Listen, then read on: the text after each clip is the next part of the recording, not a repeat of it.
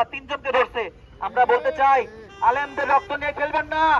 সেই আবু হানিফা রহিমাহুল্লাহ বলে গিয়েছেন, যারা আলেমদের সাথে লাগে তারা জারজ সন্তান।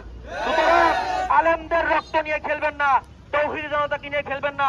তৌহিদি জনতা কোনো দলের রাজনীতি করে না, তৌহিদি জনতা রাজনীতি করে আল্লাহ তাআলার পক্ষে। তো মরে গেলে তো জান্নাতে চলেই যাবে, তাদের কোনো দুনিয়ার প্রতি কোনো চাহিদা নাই। আমি বলতে চাই ইন্টারিম সরকার, আপনারা অতি দ্রুত ওসমান হাদির বিচার কার্যক্রম করেন, দ্রুত করেন, এবং যারা খুনি আছে তাদেরকে ওপেনে ছাইরা যান, তাদের নাম প্রকাশ করেন, তারা পিছনে আছে, যারা টাকা ধরছে। আমরা দেখতে পাচ্ছি 127 কোটি টাকা ওই খুনি ফয়সালের অ্যাকাউন্টে ঢুকছে। এই টাকা কোথা থেকে আসছে? ক্রাইম ইনভেস্টিগেশন কি করে আমি বুঝি না, তারা কি গাঁজা খেয়ে ক্রাইম ইনভেস্টিগেশন করে? 127 কোটি টাকার অর্থ কোন জায়গা থেকে আসছে? এটা বের করলে বাইরে খুনি কেনা, এত কিছু খোঁজা লাগে।